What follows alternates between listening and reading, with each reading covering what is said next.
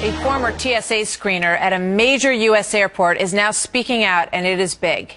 He says that Newark International's airport is actually doing very little to stop any terror threats that would be going through that airport. Last week, you may remember, a federal inspector made his way through 2 security screenings with a fake bomb in his pants.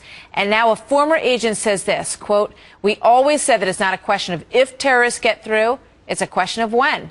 Our feeling is nothing's happened because they haven't wanted it to happen. We are not," he's talking about the TSA, "any big deterrent. It is all for show." How does that make you feel about traveling through the nation's airports? Joined now by Peter Goelz, former managing director of the National Transportation Safety Board. Peter, welcome back to the program. Good to have you here today.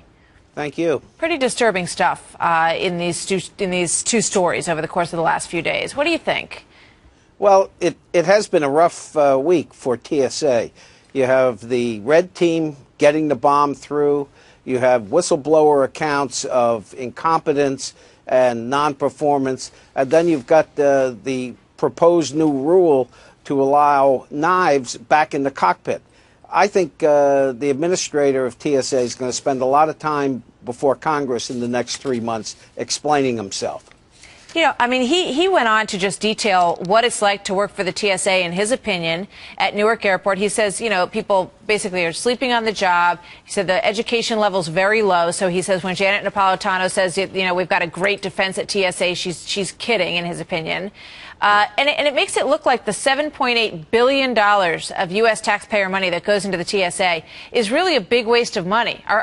Should we rethink the whole way that we're going about this, Peter?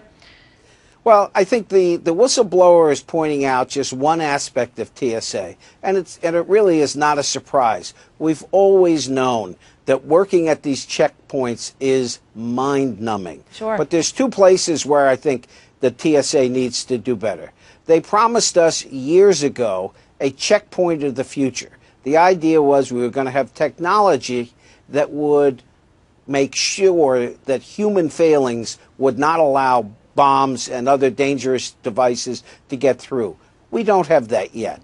Secondly, I think, you know, we still have a layered approach to our defense on the aircraft. It's not just the checkpoint. That's one of the last lines of defense. The armored door in the cockpit is the very last line. But I do think we could use a review of this agency. I mean, when you look at the money, $7.8 billion that goes into this, and then we had the story last week about $50 million being spent on new TSA uniforms, and you ask yourself, you know, is there a better way to go about? We've heard about private security operations. Some of the nation's airports have opted to hire private security groups, and then you go back to that very sticky question of profiling, of asking people questions as they go through. If they arouse suspicion for any reason, pulling them out of the line, and not doing these random checks that leave us with, you know, little kids and people in wheelchairs, these horrific stories about them being checked. And then you got a Richard Reed who gets on the airplane, you know, with no problem. And it was a passenger who took him down. That's TSA right. Had nothing to do with that. You're absolutely right. And on 2 points in particular. One is this touchy issue of profiling.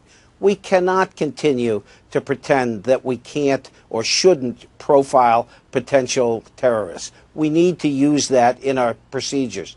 And secondly, you know, this is such a frustrating argument that there are so many people standing around. If you say $7.8 billion, are we really getting the best security and the most efficient security? Yeah. Remember, prior to 9/11, the checkpoints were all privatized. I don't know if going back is the right way, but certainly raising the standards at the checkpoints is one thing we ought to look at seriously. We got to keep some focus on this issue, and thanks for helping us, Judy.